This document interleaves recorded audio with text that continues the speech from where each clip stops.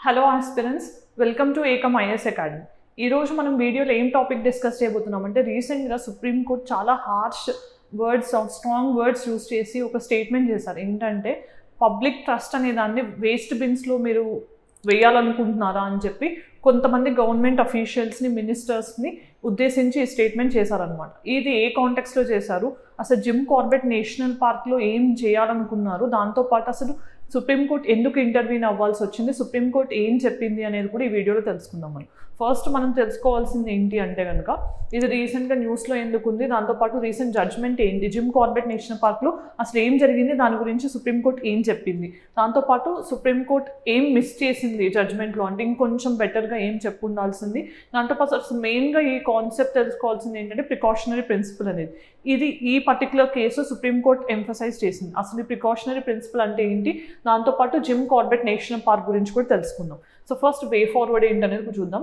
ఇది environment point of వ్యూలో important. So next మనం తెలుసుకోవాల్సింది ఏంటి, వై న్యూస్. సో రీసెంట్గా ఏం జరిగింది అంటే జిమ్ కార్బెట్ నేషనల్ పార్క్ అనేది ఉత్తరాఖండ్లో ఉంది. ఈ నేషనల్ పార్క్లో eco tourism on zoo safari కానీ, టైగర్ సఫారీ కానీ, జూని కానీ ప్రమోట్ చేయడానికి ఏం చేశారు, ఆల్మోస్ట్గా 6,000 చెట్లను నరికేశారు అనమాట. దీంట్లో ఫారెస్ట్ అఫీషియల్స్ ఇన్వాల్వ్ అయి ఉన్నారు.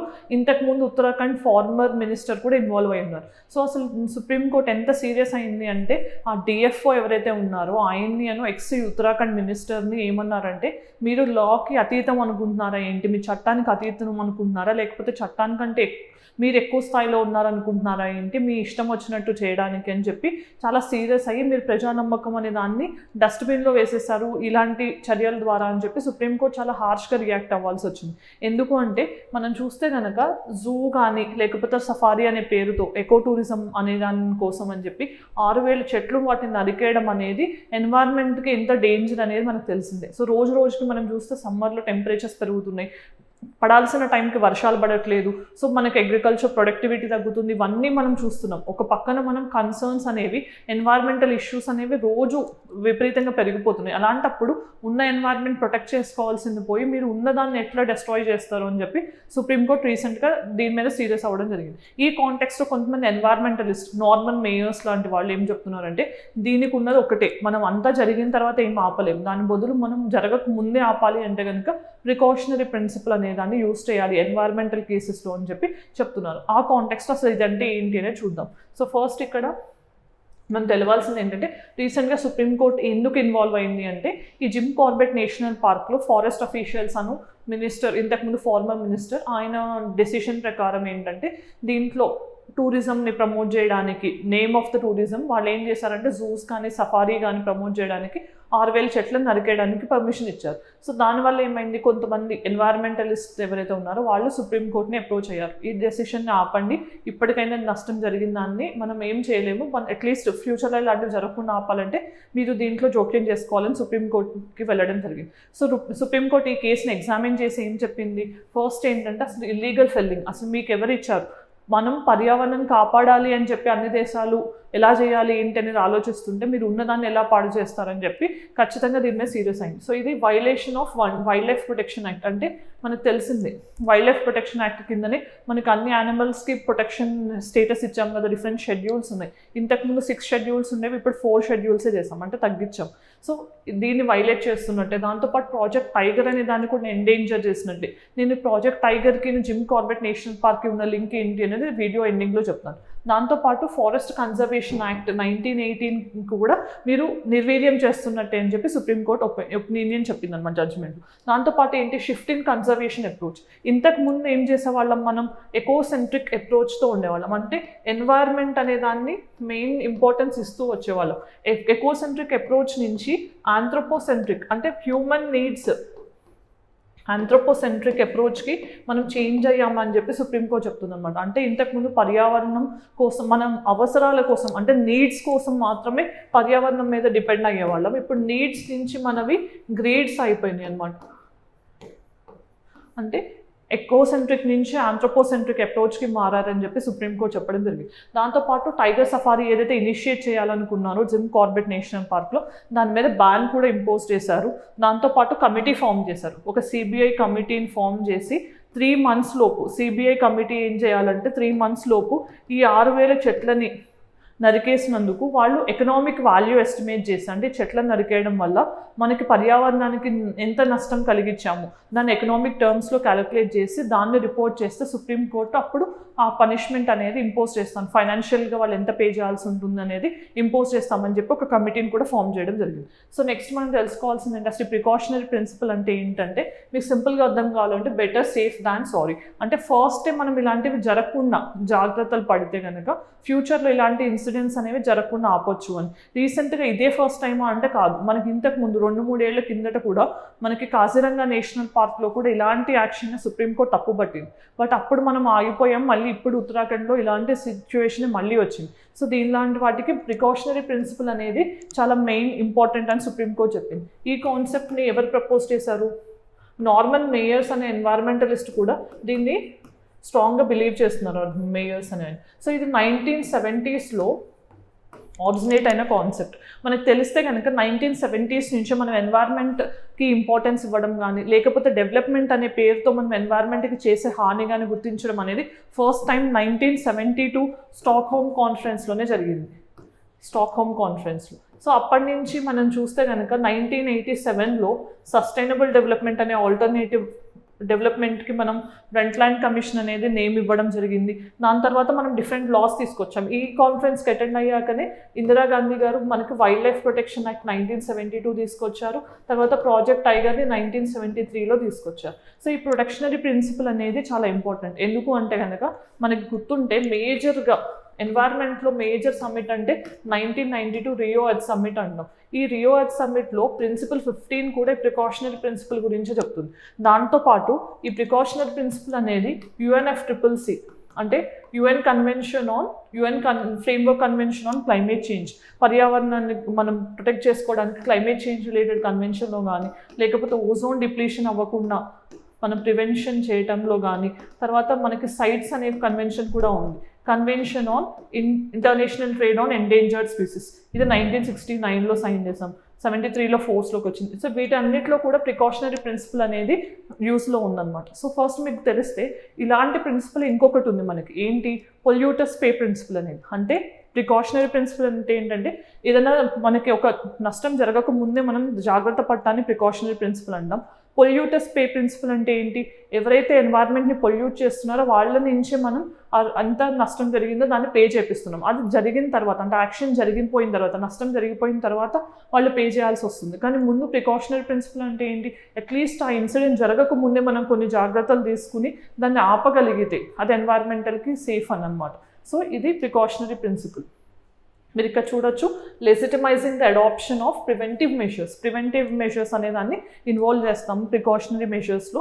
ఇందాక నేను చెప్పినట్టు ఫాలోయింగ్ ఎన్వైర్న్మెంటల్ కన్వెన్షన్స్ అన్నీ కూడా ఆ ప్రికాషనరీ ప్రిన్సిపల్ని ఫాలో అవుతున్నాయి. దాంతోపాటు అసలు సుప్రీంకోర్టు జడ్జ్మెంట్లో ఏం మిస్ అయింది అని మీరు చూస్తే కనుక ఇక్కడ డిఫైన్డ్ మెథడాలజీ లేదు రీస్టోరేషన్కి. ఇప్పుడు సుప్రీంకోర్టు ఏం చెప్పింది, CBI లెడ్ కమిటీని ఏర్పాటు చేశాము, వాళ్ళు 3 months లోపు మాకు అసెస్ చేసి చెప్పాలని. కానీ వాళ్ళు ఏ బేసిస్ మీద అసెస్ చేస్తారు, ఇప్పుడు 6000 చెట్లు మనం నరికేసామన్నది తెలిసింది. ఆ నరికేసిన చెట్లు అన్నిటికీ సేమ్ ఎకనామిక్ వాల్యూ ఉండదు కదా, సేమ్ ఏజ్ ఉండదు కదా. మీరు ఏ బేసిస్ మీద వాటి వల్ల కలిగిన నష్టాన్ని ఎకనామిక్ వాల్యూగా క్యాలిక్యులేట్ చేస్తారన్న దానికి సుప్రీంకోర్టు ప్రాపర్గా ఆన్సర్ చెప్పలేదు. దాంతోపాటు కంపెన్సేషన్ అనేది, అంటే ఇప్పుడు ఈ కంపెన్సేషన్ అనేది ఇక్కడ ఎంత అయితే కనుక ఎకనామిక్ వాల్యూ అని వాళ్ళు క్యాలిక్యులేట్ చేస్తారో దాన్ని వీళ్ళు కంపెన్సేషన్గా సుప్రీంకోర్టు ఇవ్వాలనుకుంటుంది.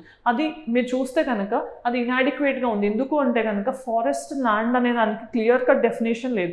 గవర్నమెంట్ ఏం చెప్తుంది, ఈ 6000 ఏరియాస్ కూడా మెయిన్గా అసలు కంటెన్షన్ ఎక్కడ వచ్చింది అని అంటే ఫస్ట్ మీరు తెలుసుకోవాల్సింది మనకి 3 ఏరియాస్ ఉంటాయి, కోర్ ఏరియా, తర్వాత బఫర్ ఏరియా, తర్వాత ట్రాన్సిషన్ ఏరియా. సో నార్మల్గా ఏంటి, ఇప్పుడు ఈ 6000 చెట్లు ఎవరైతే నరికేశారో అది కోర్ ఏరియాలో జరిగింది. కోర్ ఏరియాలో యానిమల్స్, వైల్డ్ లైఫ్ తప్పించి వేరే ఏ యాక్టివిటీస్ అలో చేయరు. అంటే గ్రేజింగ్ కానీ, అగ్రికల్చర్ కానీ, లేకపోతే రీసెర్చ్ కానీ ఇలాంటివన్నీ ప్రొహిబిటెడ్ ఉంటాయి. సో కోర్ ఏరియాలో ఇలాంటివి ఏమీ జరగకూడదు. కానీ ఈ 6000 చెట్లు అనేది నరికేసింది కూడా కోర్ ఏరియాలో జరిగింది. అందుకని సుప్రీంకోర్టు దీనికి ఒప్పుకోలేదు అనమాట. సో సుప్రీంకోర్టు ఏం చెప్తుంది, మనం ఎవరైనా రీసెర్చ్ చేయాలన్నా, సఫారీస్ ఏమైనా చేయాలన్నా మీరు ఈ ఏరియాలో చేయండి, ట్రాన్సిషన్ ప్రొటెక్షన్ ఏరియాలో చేయండి, బఫర్ ఏరియాలో, కోర్ ఏరియాలో యానిమల్స్కి వాటికి స్పేస్ ఇవ్వండి అని చెప్తున్నారు అనమాట.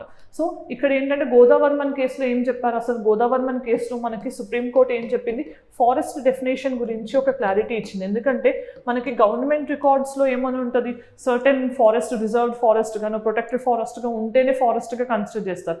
కానీ గోదావర్మన్ కేసులో ఏం చెప్పింది supreme court, dictionary definition of the forest చూసుకోవాలి అని చెప్పింది. అంటే డిక్షనరీ డెఫినేషన్ అంటే ఏంటి, మనకి ఫారెస్ట్ అంటే ఏంటి, కంటిన్యూస్గా ఒక డెన్సిటీ ఉండి క్యానోపీ ఉండి ఫారెస్ట్ ఉంటే మనం దాన్ని ఫారెస్ట్గా కన్సిడర్ చేస్తాం. సో ఆ డెఫినేషన్ తీసుకుంటేనే మనం ఈ రోజుల్లో ఎన్వైర్న్మెంట్ని కానీ ఫారెస్ట్ కానీ ప్రొటెక్ట్ చేసుకోగలం. అలా కాకుండా గవర్నమెంట్ రికార్డ్స్ ప్రకారమో గవర్నమెంట్ డెఫినేషన్స్ ప్రకారమో వెళ్తే ఫారెస్ట్ అనేది చాలా తక్కువగా చూపిస్తారు. సో ఈజీగా ఫెల్లింగ్స్ అనేవి జరుగుతాయి అని చెప్పి సుప్రీంకోర్టు చెప్పింది. దాంతోపాటు under estimation of ecosystem services, ఇక్కడ మీరు చూస్తే కనుక సుప్రీంకోర్టు అనేది ఎకోసిస్టమ్ సర్వీసెస్ని ప్రాపర్గా క్యాలిక్యులేట్ చేయలేదు అని కొంతమంది భావిస్తున్నారు. దాంట్లో వాళ్ళు ఏం రికమెండ్ చేస్తున్నారంటే ఇంటర్నేషనల్ కోర్ట్ ఆఫ్ జస్టిస్, మనకు తెలిసింది ఇది యుఎన్ కోర్ట్, ఇది 2018లో కోస్టారికా వర్సెస్ నికర్గువా ఈ కేసులో చెప్పిన జడ్జ్మెంట్ కనుక సుప్రీంకోర్టు అలానే ఫాలో చేసి కంపెన్సేషన్ విషయంలో ఈ కేసులో ఇచ్చిన జడ్జ్మెంట్ని ఫాలో చేస్తుంటే ఇంకా బెటర్గా ప్రొటెక్షన్ జరిగేది అని చెప్పి కొంతమంది అభిప్రాయపడుతున్నారు అనమాట. సో ఇక్కడ ఏం జరిగింది అని అంటే నికర్గువా అనే కంట్రీని వాళ్ళు కోస్టారికా వాటర్స్ని పొల్యూట్ చేసినందుకు ఇంటర్నేషనల్ కోర్ట్ ఆఫ్ జస్టిస్ నికర్గువాని కంపెన్సేషన్ పే చేయమని చెప్పింది కోస్టారికాకి. సో అలాంటి ప్రిన్సిపల్స్ కనుక ఈ కేసులో ఇన్వోక్ చేస్తుంటే ఇంకా మనకి బెటర్ కంపెన్సేషన్ లభించేది అని చెప్పి కొంతమంది క్రిటిక్స్ అభిప్రాయపడుతున్నారు.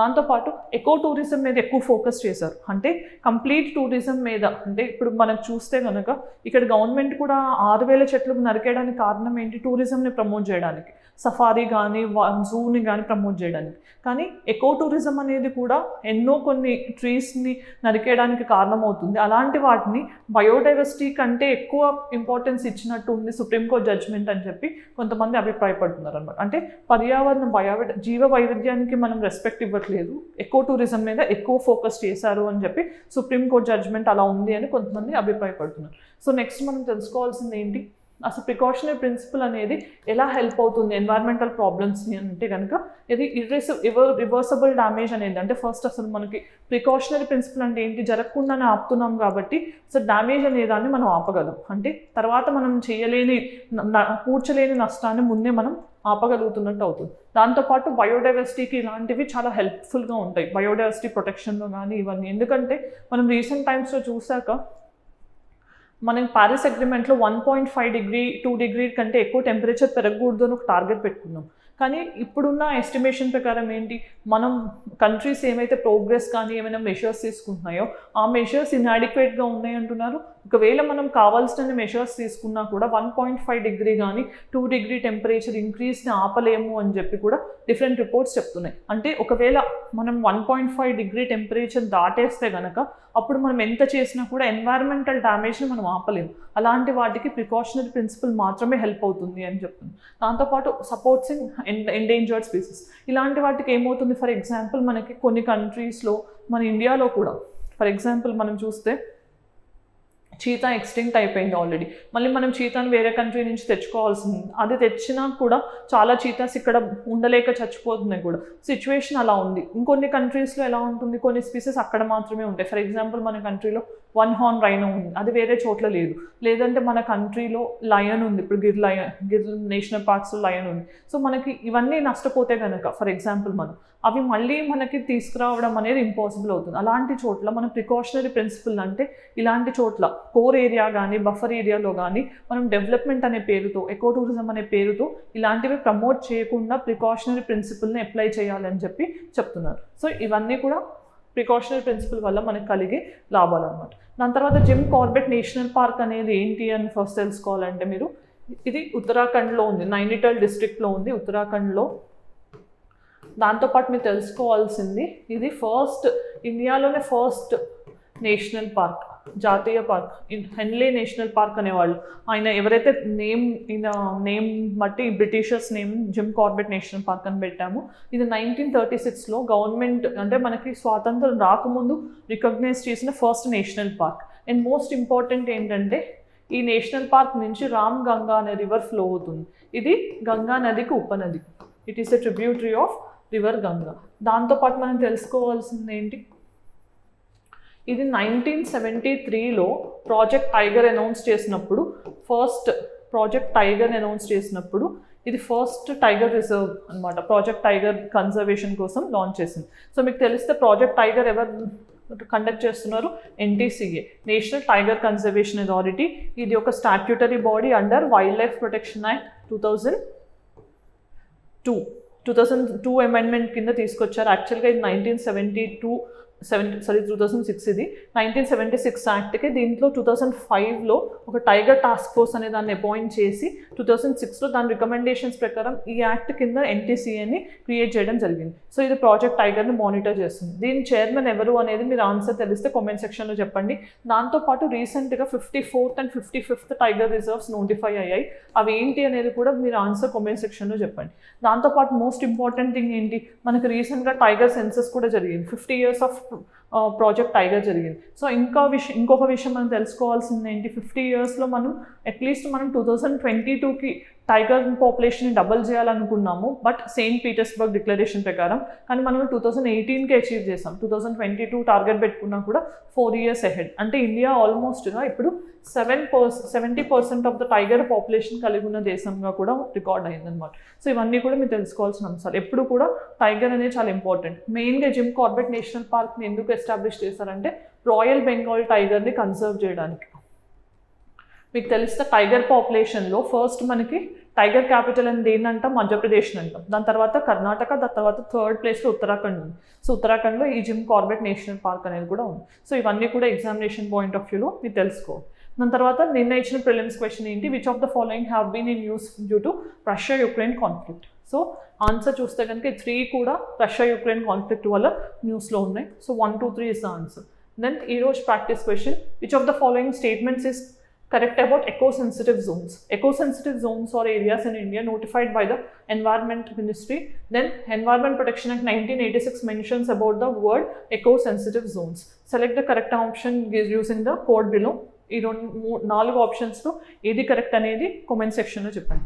So mains question, evaluate the impact of Supreme Court ruling on tree cutting in Jim Corbett National Park, focusing on its use of the precautionary principle and the critics of restoration methods of compensation, prioritizing tourism over biodiversity. మనం చూసాం కదా, echo టూరిజంకి ఎక్కువ importance ఇచ్చినట్టు supreme court judgement ఉంది అని చెప్పి కొంతమంది critics చెప్తున్నారు. సో ఈ పాయింట్ ఆఫ్ వ్యూలో మీరు మెయిన్స్ ఆన్సర్ ట్రై చేయండి, రాయడానికి ట్రై చేయండి. సో మనం వీడియో ఎండింగ్కి వచ్చేసాం కాబట్టి ఈ వీడియోలో మనం రీసెంట్గా జిమ్ కార్బెట్ నేషనల్ పార్క్లో ఏం జరిగింది, దాని తర్వాత సుప్రీంకోర్టు ఏం జడ్జ్మెంట్ ఇచ్చింది, ఎందుకు సీరియస్ అయింది, దాంతోపాటు ప్రికాషనరీ ప్రిన్సిపల్ అనేది ఇన్వోక్ చేసింది సుప్రీంకోర్టు, అదంటే ఏంటి, దాంతోపాటు జిమ్ కార్బెట్ నేషనల్ పార్క్ దాని ఫీచర్స్ ఏంటి అనేది కూడా చూసాం. ఇది ఈ రోజుకి సంబంధించిన video discussion. Thank you. Have a good day.